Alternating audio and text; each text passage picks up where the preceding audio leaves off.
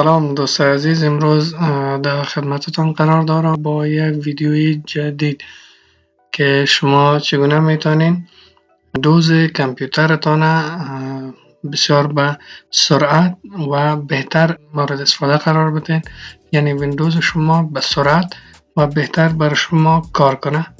اینجا ما براتان یک چند کامند را یاد میتونم که وقت شما او را استفاده میکنین از اون کامند ها شما میتونین کشه کامپیوترتان کلین اپ بکنین. یعنی کشه به منظور از اون فایلایی که شما استفاده میکنین یک بکاپ از او در کامپیوتر شما میمانه و وقت شما کشه را هر وقت کلین میکنین سبب از این میشه که کامپیوتر شما به صورت خوب کار کنه. دیگه زیاد وقتانه نمیگیریم، پیش میریم به طرف ویدیو که چگونه میتونیم این کامند ها را رن کنیم. همراه ما قدم به قدم ببینین. در کیبوردتان ویندوز کی را پرس میکنین، میرین به سرچ، در سرچ نوشته میکنین cmd نوشته میکنین و cmd را یا برش چپ کلیک میکنین، run as administrator میگین، یا از این پایین از اینجا میتونین که run as administrator پیش برین. صفحه دیگه بر ما باز میشه که در روی از این صفحه ما میتونیم همین کامند هایی که از داس یا cmd رای خود داریم را تایپ کنیم و از او استفاده کنیم. کامند اول برای است که شما چطور میتونین امی ایرور و مشکلاتی که در سیستم موجود می باشه را از بین ببرین و او را پیدا کنین. تایپ میکنیم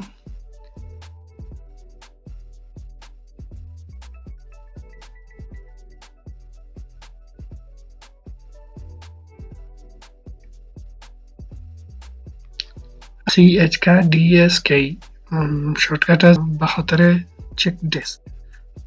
انتر. منتظر میمانین تا امی پروسه فیصدی هایی را که در پروسس میگیره امی را تکمیل بکنه. بعد از این وقت امی فیصدی ها امی پروسس تکمیل میشه، کامپیوتر شما کل دیتایی که مشکل داره او را چک میکنه، دیسک شما را چک میکنه تا که امی مشکلاتی که دیش وجود داره به طور اتومات حل بکنه.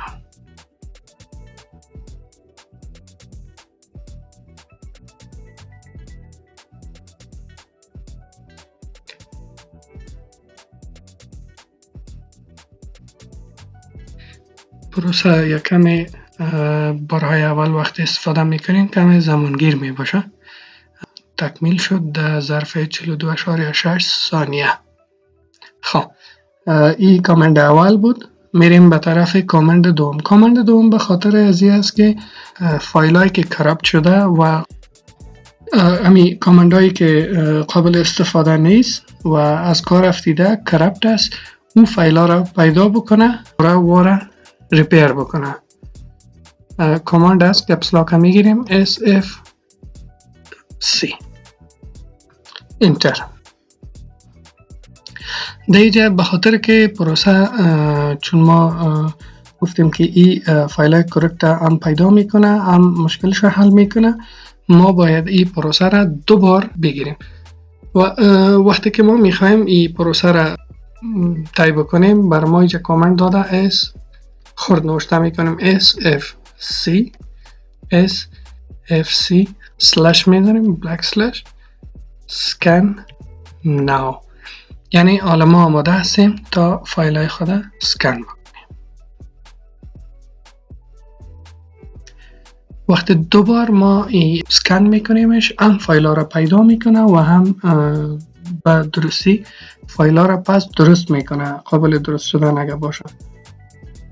کامند سوم است dsm.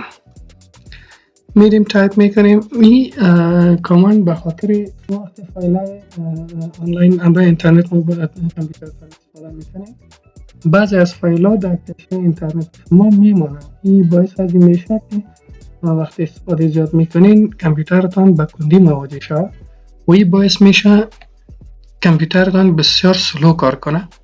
شما وقتی DSM را استفاده میکنین دوم شما مشکل کامپیوترتان تا حد حل میکنین که وقتی باز اگر امر اینترنت وصل میشین کامپیوترتان رو دمپ نمیکنه و او سلو کار نمیکنه.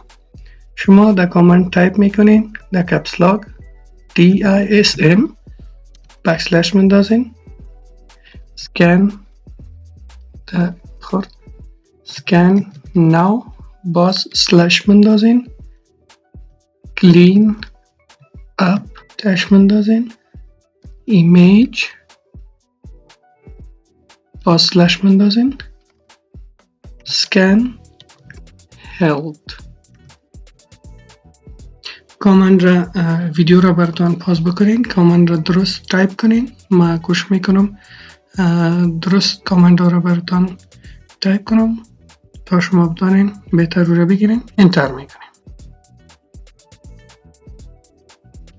ببینید دوستای عزیز 87 ایرور را پیدا کردن. به خاطر از اینکه ما این ایرور را پاک بکنیم دوباره یک کامند دیگه داریم برای عین DSM است. کپس لاک میگیرین DSM بکسلش کپس لاک مبرین سکن ناو بکسلش کلین اپ داش ایمیج بکسلش ریستور هلت. با کامند دقیق شوین، چون اگر کامند رو شما درست تایپ نمی کنین این پروسه پیش نمیره. شما این را درست تایپ میکنین، درست سپیلویاش هم متوجه می باشین، باز انتر میکنیم. خب دوباره ایرور رو بر ما نشان میده ریستور هلت شد. خب وقتی پروسه تمام میشه ما کامپیوتر خود ریستارت میکنیم و بعد از ریستارت دوباره برمیگردیم. خب دوستای عزیز کامپیوتر ما ریستارت شد و بعد از ریستارت ما دوباره میاییم از پی سی خود دوباره به CMD میریم در سرچ رن از ادمنستریتور میکنیم و وقتی کامند پیج بر ما باز میشه ما میایم اما SFC را که بار اول رن کرده بودیم او را دوباره یک رن میکنیم و منتظر تکمیل شدن پروسه میشیم. دیدیم پروسه دوستای عزیز بسیار عاجل تکمیل شد چون هیچ لاگ فایل یا چیزی وجود نداشت بعد که بگیره دیگه. باز ما ایره sfc/scan now باز انتر میکنیم. ببینید پروسه بسیار تیز بسیار عاجل صورت میگیره. بار اول اگه متوجه شده باشین دوستا پروسه زمانگیر شد و نتونست که زود تکمیل بکنه و حال دیدین وقتی که تکمیل کرده بود چقدر به تیزی انجام شد. برای فعلا امی ویدیو تقدیم شما، با ویدیوهای دیگه انشالله ما را فالو بکنین. تشکر.